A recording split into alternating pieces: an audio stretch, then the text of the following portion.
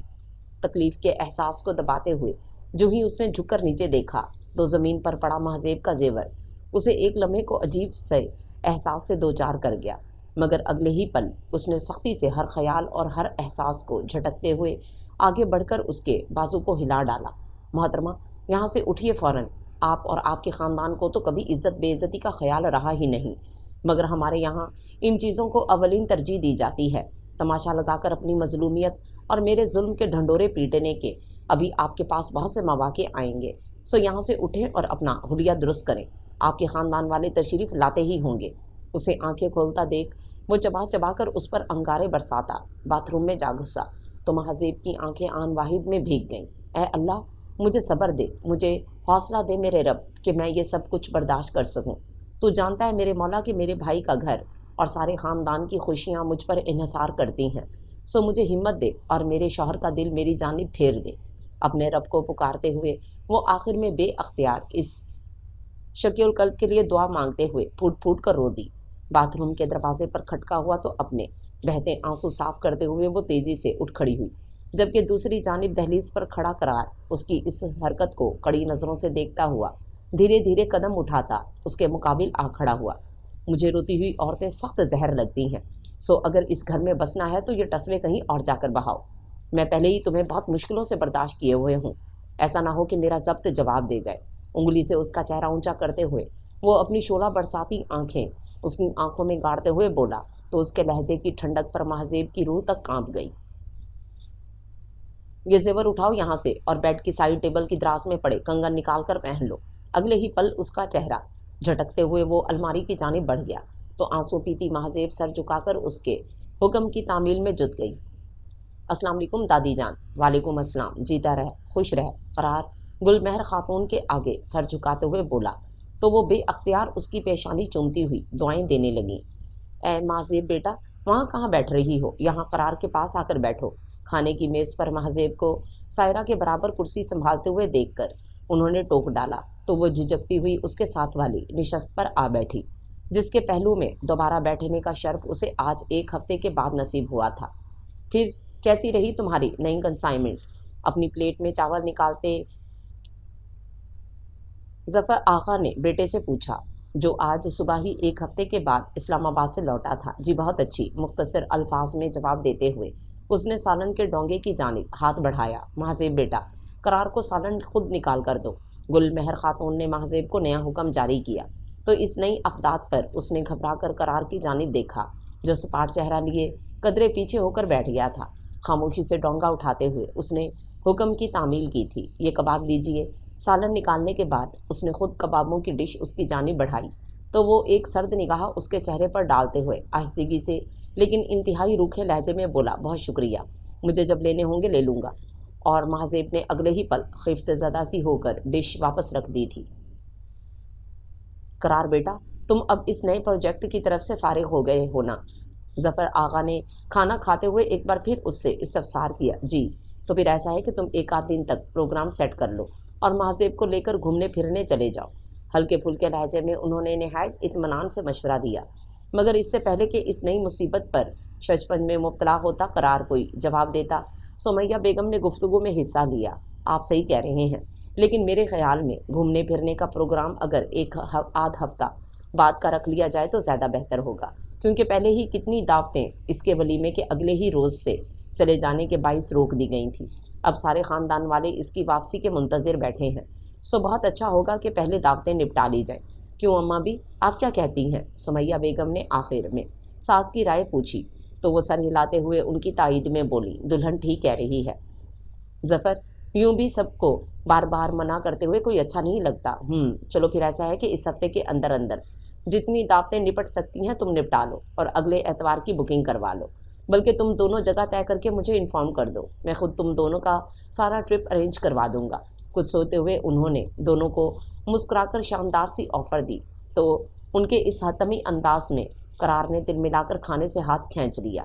اپنے پچھلے دنوں کی ریاضت میں پانی پھرتا دیکھ کر اس کا موڈ سخت آف ہو گیا تھا۔ بابا،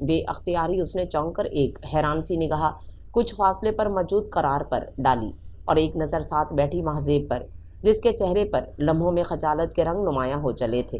ساری صورتحال سمجھنے میں اسے محض چند پل ہی لگے تھے، پر یکدم اس کا دل گہرے ملال اور تعصب سے بھر گیا تھا۔ سگنل کھلتے ہی اس نے خاموشی سے گاڑی آگے بڑھاتے ہوئے ایک نظر سر جھکائے لب کچلتی مہذیب پر ڈالی۔ بھابھی! چند لمحوں کے تذبذب کے بعد اس نے گاڑی میں چھائی خاموشی توڑنا چاہی تو بے اختیار کپ کپاتے لہجے میں اس نے اسے ٹوک ڈالا، پلیز عمر بھائی، کچھ مت پوچھیے گا ورنہ میں اپنا ضبط کھو بیٹھوں گی۔ آنکھوں سے بہتے اشکوں کو چھپانے کی خاطر مہذیب نے کھڑکی کی جانب چہرہ موڑ لیا تو آنکھوں میں دکھ کا احساس لیے وہ بے بسی سے اس نازک سی لڑکی کو دیکھ کر رہ گیا۔ عمر بھائی چائے لیجئے۔ سبینہ نے اسے متوجہ کیا تو اپنے خیال سے چونکتے ہوئے اس نے ایک کپ بہن کے ہاتھ سے تھام کر بے اختیار ایک نظر گھر والوں کے درمیان ہنستی مسکراتی مہذیب پر ڈالی۔ اللہ کرے بھابھی اگلی مرتبہ جب آپ مسکرائیں تو آپ کا دل بھی آپ کے لبوں کے ساتھ مسکرا رہا ہو۔ اگلے ہی پل دل کی گہرائیوں سے عمر حیات نے اس ہستی کے لیے دعا کی تھی جو دوسروں کی خوشیوں کی بقا کی خاطر خود کو آزمانے کا عہد کر چکی تھی۔ پچھلے چند ماہ سے کیسے گل میں مچی خوشگوار سی ہلچل اور رونق آج اپنے عروج پر تھی۔ قرار کی شادی کے ٹھیک 6 ماہ بعد ایک بار پھر پورا گھر بقائے نور بنا ہوا تھا۔ رنگ و نور کی اس تقریب سے آج سائرہ جمال نے فائق ظہیر کے سنگ رخصت ہو کر اپنی نئی زندگی کا آغاز کرنا تھا۔ 2 ماہ پیشتر سائرہ کے سسرال والوں نے جلد شادی کرنے کا تقاضا کرتے ہوئے اگلے 2 ماہ بعد کی تاریخ طے کر ڈالی تھی۔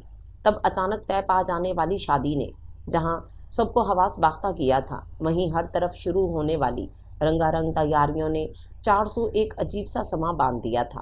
اور آج جب بالآخر اتنے دنوں کی انتھک محنت اور بھاگ دوڑ کا آخری دن تھا تو ہر کوئی بے انتہا مصروفیت اور خوشی کے باوجود آنے والی جدائی کے احساس سے ایک عجیب سی اداسی کی لپیٹ میں تھا۔